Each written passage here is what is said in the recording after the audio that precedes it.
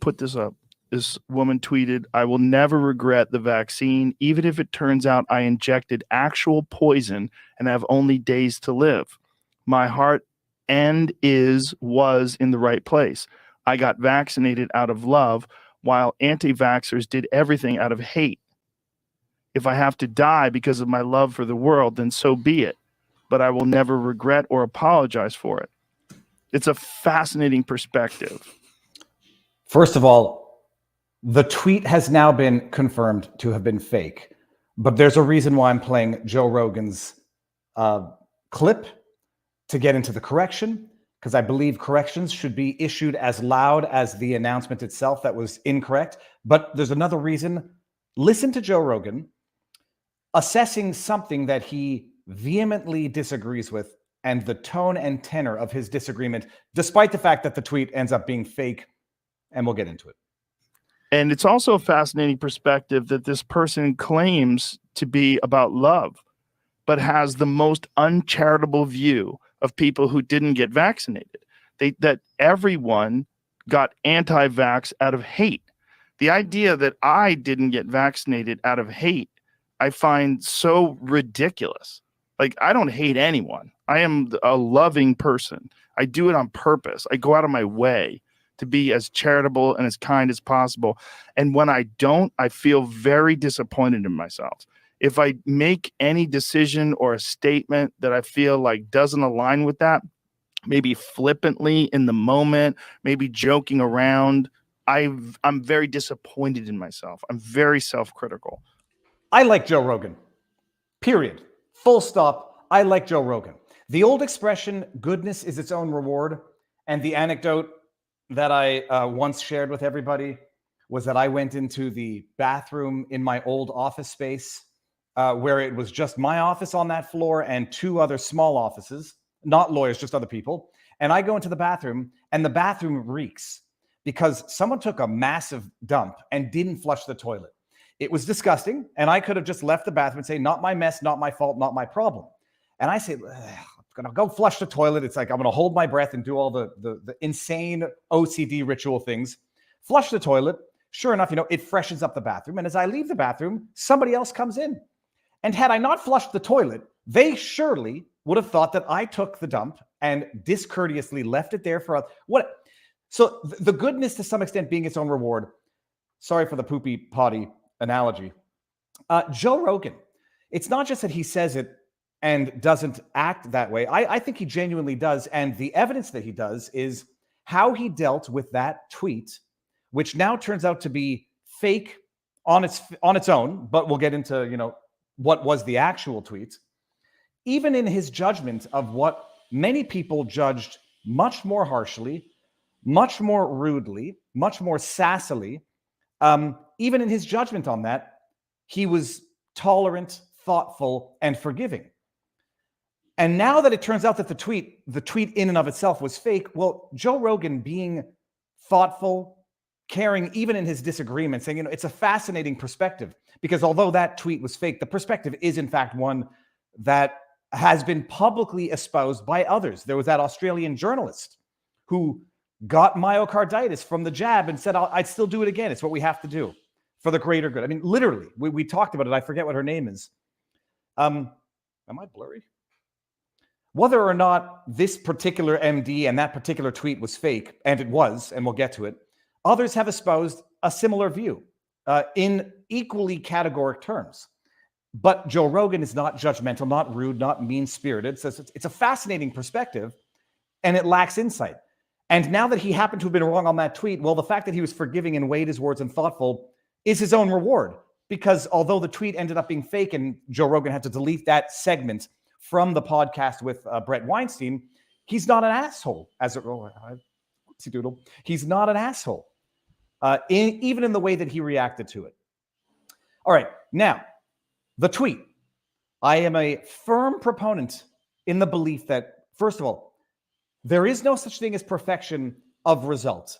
What you might have is perfection of process, and perfection of process necessarily admits for a process when one makes a mistake, because people will make mistakes, people will get duped, people will retweet something that is inaccurate, false. I'm a firm proponent of the idea that the correction has to be, in as much as possible, as public as the mistake itself. That was the tweet that made the rounds. I'm sure you all saw it. It was from an account named Sol Nada MD, a real account on Twitter, and it was a screen grab of a tweet that said what Joe Rogan read. And it went viral. The initial person, blue check mark, who shared it, people thought it was real. People retweeted it. Some people not so tolerantly judged the tweet. Other people apparently started harassing the account holder, yada, yada. I initially, when I saw that tweet the first time, I said, this has to be parody. It has to be. There's no other way around it. But the account is now locked. It's in protected mode, which seems suspicious. If something is a fake tweet, my goodness, the first thing you do is put a pinned tweet on your profile. That tweet is fake. It's not mine. Everyone be warned. Okay. Joe Rogan did the segment on it. I retweeted it with, let me see if I have my retweets. And I said, at first, I thought it had to be parody. Well, I'm not going to, hold on a second. I'm going to bring up mine because I know that I have it. I said, at first I thought it had to be parody. Go to the account. At first it was locked, and now I'm blocked. And I said, well, I guess it's real. I mean, who blocks someone willy-nilly under those circumstances? And I erroneously, just to show my mistake, which I'll make as public as the correction. Here, I know I have it somewhere here. Here, the tweet purportedly from Sol Nada MD is not parody, but apparently fabricated from a tweet generator. I don't know why she would have protected tweets and blocked me, since I thought it had to be parody. I would have gladly blasted out that the tweet was fake had she told me. And this is where the people who want to try to justify their mistake or rationalize their mistake to themselves are going to say, well, the original tweets are not much better, so yada, yada. This is the original tweet. This is from her account. These are screen grabs because I've been blocked and couldn't verify the original tweet or these. This tweet is what trolls are attacking, but they rewrote it. I stand by the tweet below, which says, it's been a little over 2 years since I got my first Pfizer shot. Since then, I've received 4 more shots, including bivalent boosters. If I had to make this decision again, I wouldn't have done anything different. That's the allegedly authentic tweet. The fabricated one, some are going to say it's no worse, but it's fabricated. And in any event, nobody should ever harass, bombard, threaten, whatever, anybody for things they've said on social media. But my reflexive mistake was I tried to go to the account to verify, protected, and then blocked. And I said, oh, I guess it's real. Still absurd. But even in my judgment of that, even in my retweet, again, goodness is its own reward. That tweet was fake and everyone should know it. Whether or not you think the authentic tweet is any better, up to you. But you should know it. Everybody should know it. Don't make the same mistake in retweeting it. And kudos to Joe Rogan. Outright apologized, pulled the clip from the show, but it's still on Twitter. But people should know of the correction so they don't make the mistake again. Now, good morning. Does anyone hear the noise? I have, let me see if I can show what I've done. Let me just make sure we're good on Rumble. Good. Let me show you what I've done. Add to stream. Let me show you what I've done here. Because there's construction going on. And my wife says, Viva. She calls me Viva now. She doesn't. She says, Dave, you should turn your stubbornness into something inspirational, motivational. Don't wait for things to be perfect in order to do things. Done is better than perfect. Perseverance is better than finding excuses.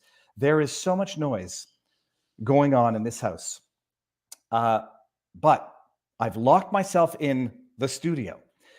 I have soundproofed it from the inside. As you can see, those are the crappy panels that I once ordered off of Amazon. Junk. They didn't stick to the wall. They were compressed. And yet I have stitched them together and put them over the flaps of the doors to block the sound.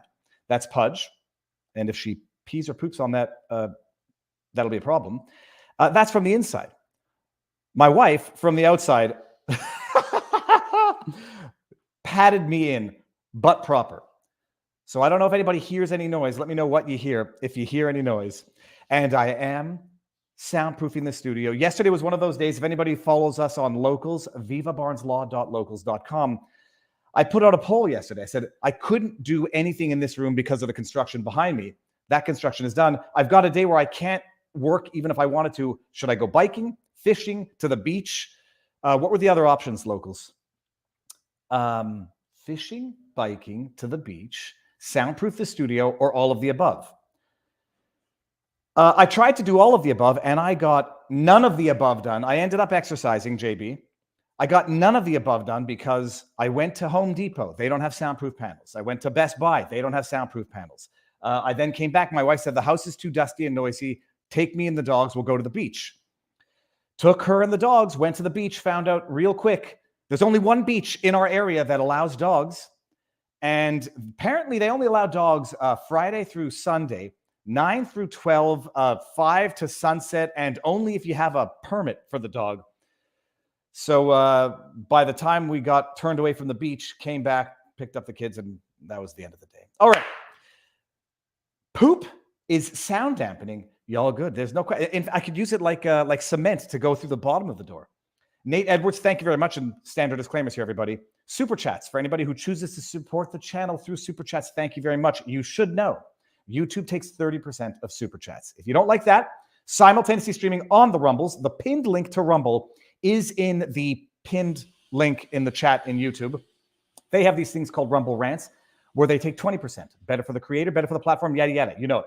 Best place to support, if you want to support Robert and me, in everything that we do, locals, vivabarneslaw.locals.com, where we have a live chat currently pending. Mr. Mike in the chat says, barricaded yourself inside, plus a guard dog. I think you're secure. The only thing, Mr. Mike, everybody out there who wants a little TMI, I have a hyperactive bladder, and I've evacuated my bladder multiple times before starting the stream, but the idea of being cornered and not being able to go to the bathroom, even if I want to, tremendously terrifying. Master Malrubius, I haven't seen you in a while. Hello and Happy New Year, Viva and peeps. How can we change the ideas of people if we, non-progressives, cannot even come to a consensus on our political leadership? This is why we cannot have nice things. My theory is there is going to be something nice coming out of this when it's all over. But we're going to get there, Master Malrubius, because there is what to talk about with McCarthy, what to talk about with Peterson, what to talk about with something else. And then we're going to have George Alexopoulos, speaking of conservatives, conservative cartoonist, coming on to talk about, I don't know, life as a conservative cartoonist and everything that's going on in the world right now. Super chats. Light Giver, Viva, I don't know if you can get this in Florida, but you need to watch the documentary Living Proof. That is all I'm going to say. Important documentary from Canada. Done. I'll see what I'm sure I can find it here. Theophrastus 3.0 says, meh, it's Three Kings Day throughout Latin America and elsewhere. That's all it is. There were over 100 far more damaging leftist riots in 2020 because it's January 6th, people, the 2-year anniversary of the day that changed America politically. The political, it's a political, I don't want to say fabrication. It's a political manipulation. And it's atrocious. Risen Ability says, to be heard today by SCOTUS, Brunson v. Alabama. Oh, we're going to see. Barnes said no chance. I think if I'm thinking of Brunson, please look it up. I'm fairly certain, Risen, we've talked about Brunson, and I'm fairly certain we talked about Brunson, and Barnes says no go. Good marketing, bad case. We'll see. What do we want to start with?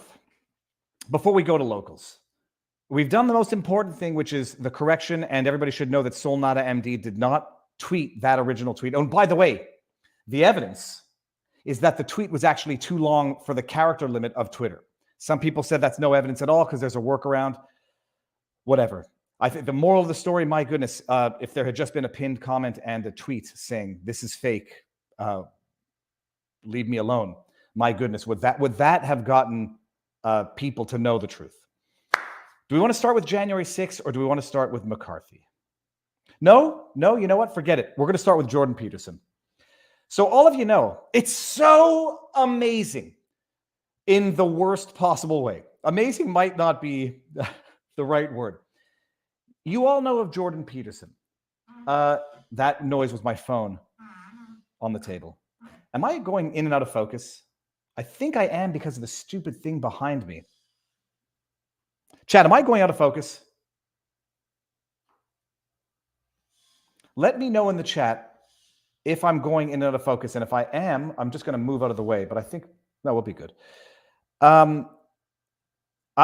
Nature Lover, I have indecision. We're going to start with Jordan Peterson.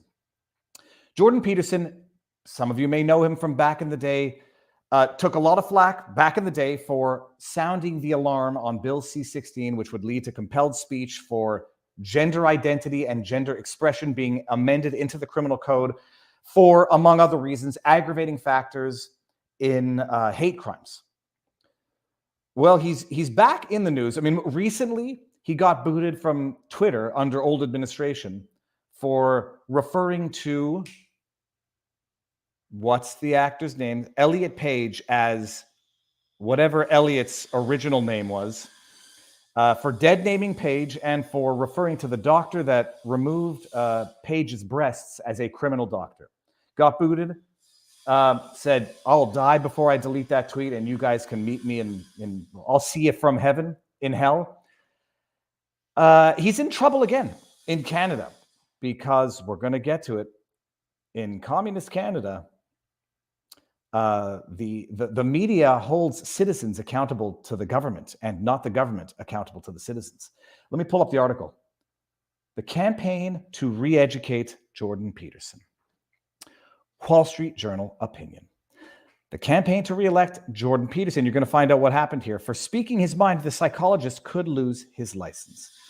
I do wonder to what extent Jordan Peterson even uses his license anymore. I doubt he does, and might keep it as an act of defiance, as I am, currently doing with my law license, because I don't really have that many active files, and maybe one day I'll want to return to the practice. You would think Canadians had learned by now not to tell Jordan Peterson what to do. The psychology professor became an internet sensation in 2016 after arguing that Canadian legislation amounted to compelled speech and gender pronouns. Now the College of Psychologists of Ontario is demanding that Peterson acknowledged he, quote, lacked professionalism in public statements and undergo a coaching program of remedial education. I was thinking of this the other day, by the way.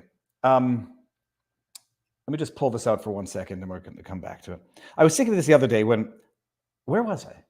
I was exercising, that's right, and watching the television, and I saw an ad with Neil Patrick Harris. And I'm like, this is an ad for not DoorDash, but one of those food delivery things. I'm like, do people know who Neil Patrick Harris is? Like, yeah, he's in How I Met Your Mother. Neil Patrick Harris, and I'm not saying this in any attempt, disguised, veiled, or otherwise, to cancel Neil Patrick Harris. I like him as an actor, as a comedian. Neil Patrick Harris has been involved in some of the most foul, offensive comedy acting imaginable.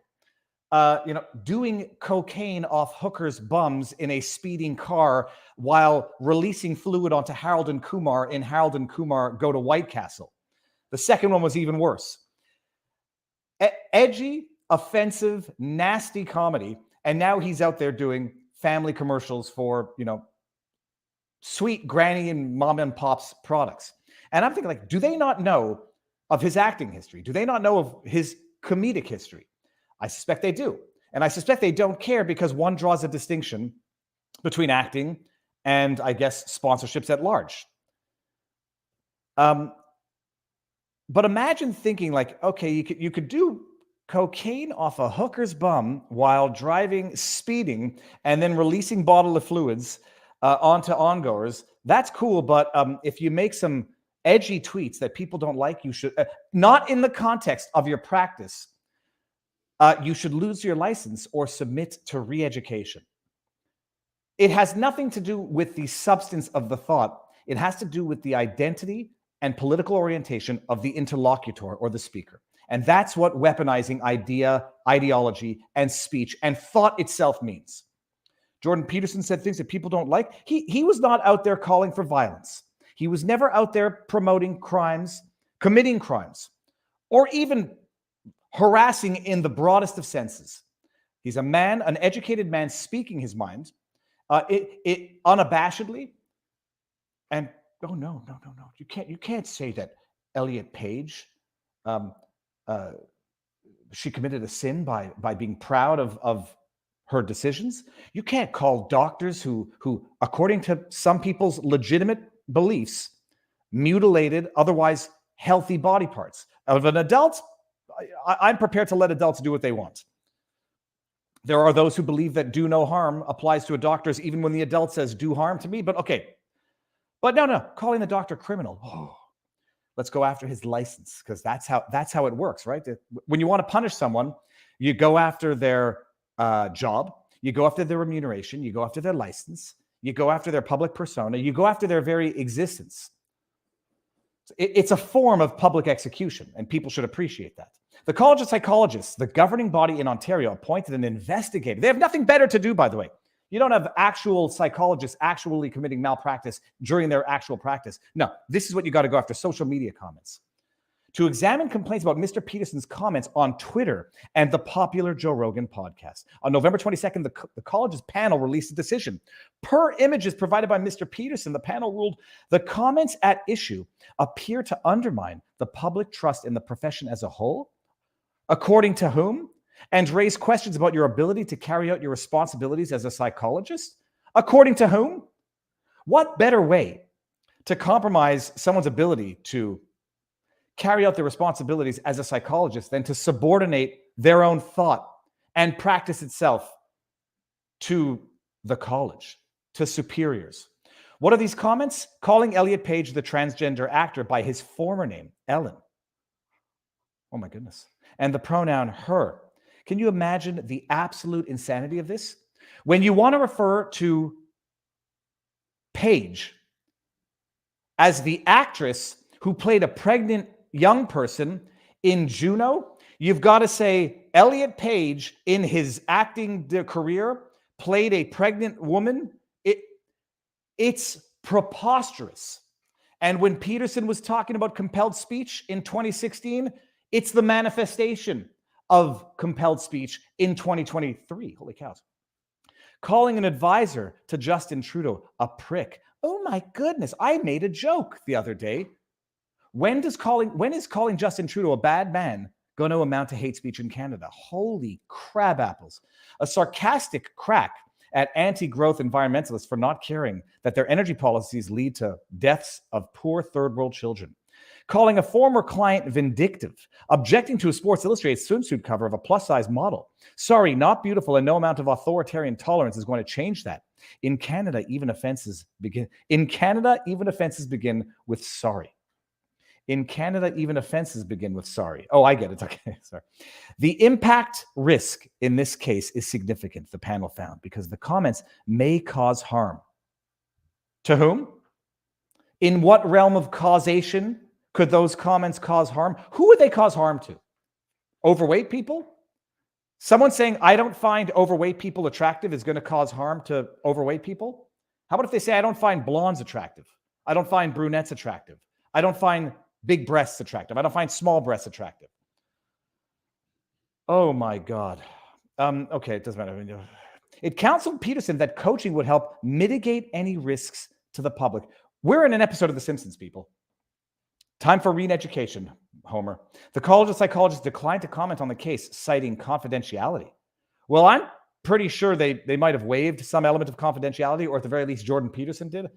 Peterson responded sensibly. Who exactly was harmed? How, when, to what degree, and how was the harm measured? He says there have been about a dozen formal complaints since 2017, each one demanding a formal reply. One complainant cited Mr. Peterson. I get so nervous that I'm actually not on this. I am, okay. Cited Mr. Peterson's Twitter response to a critic worried about overpopulation. You're free to leave at any point. Mr. Peterson thinks the investigations aren't about mitigating harm, but preventing free expression, and that the process is the punishment as it is. Giving online detractors an effective way to badger him. Well, he's not wrong. Professional bodies are supposed to ensure that practitioners are competent, not enforce political orthodoxies or act as language police outside of the office. Who is this? Writing for this is the Wall Street Journal, not the Washington Compost. Sorry. For a second there, I thought I might have to reassess my assessment of the Washington Compost. Law Society of Ontario had pushed back a mandatory diversity pledge for all lawyers until a members' revolt. Oh, sorry, this is actually interesting. But that's the trend in Western Medical Association and beyond. The Law Society of Ontario had pushed a mandatory diversity pledge for all lawyers until a members' revolt took over the board and nixed the pledge in 2019. I remember that because my brother, Lion Advocacy on Twitter, was outraged by that, as were we all, or I should say anyone with half a brain. At the time, the Ontario lawyer objected to the ever-expanding mission to socially engineer the profession. Sounds like an issue of id, ego, and superego. You could ask a psychologist about it. Let me bring something up here, actually. Viva Fry, Twitter, bar complaint, Trudeau.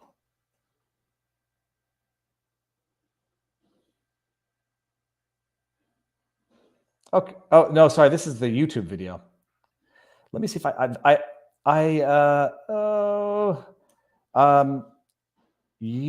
was euthanasia. How do you spell it? Like that. Okay. I'm sure I'll be able to find it.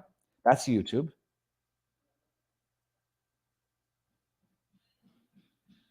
Where is it? Oh, come on.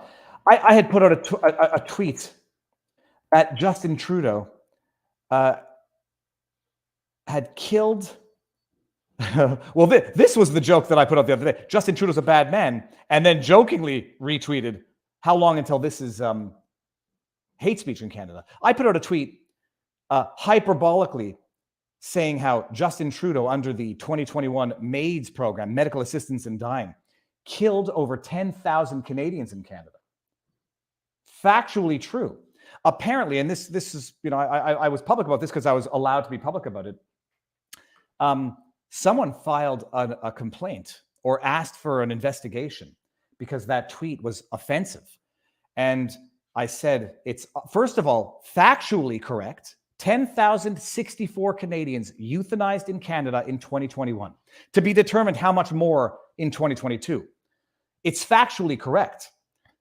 It's clearly hyperbolic because, as I humorously pointed out in the correction retweet, someone filed a complaint about this tweet, and I've been asked to clarify. Let me clarify.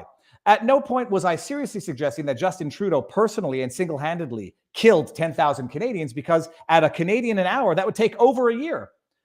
The program, the government program in Canada, has euthanized over 10,000 Canadians in 2021, over 3% of all deaths in Canada. But people think when they don't like what you say on a social media platform, not in the context of exercising your profession, that what better way to punish your wrong think than to go after your license. Now Jordan Peterson is being... all you have to do, Jordan, they just go up in your brain and they pull out a little piece of it. I mean, that's what Mo said on The Simpsons, right? On that Treehouse of Horror episode, when they all had to get lobotomies. Homer had to go back to the re-education. He says, "Oh, it's really not that bad. And they let you keep a little piece of it." Oh, that was Mo. See if I can pull that clip up. If anybody actually can find the tweet and the correction, because I had it as my pinned tweet for a while to satisfy the complaint, who wanted clarification and correction. Yes, Justin Trudeau did not go around and administer medical assistance in dying to 10,064 Canadians. It was only his administration which passed a law allowing for it that it happened. Much like, no dictator in history ever goes around and single-handedly carries out the atrocities. 28 minutes in.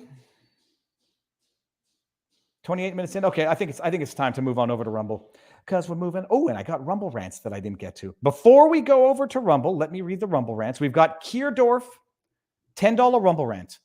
Any chance to check out Viva Fry? They could use. Okay, hold on. What do I got here? Oh, any chance to check that out, Viva Fry? They could use your help. I think this is a Rumble link to what looks like the Brunson decision. Kierdorf, let me.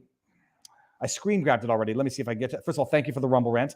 $2 Rumble rant from Jim C65. Viva, use shipping moving blankets over the frames. They make pretty good sound booth.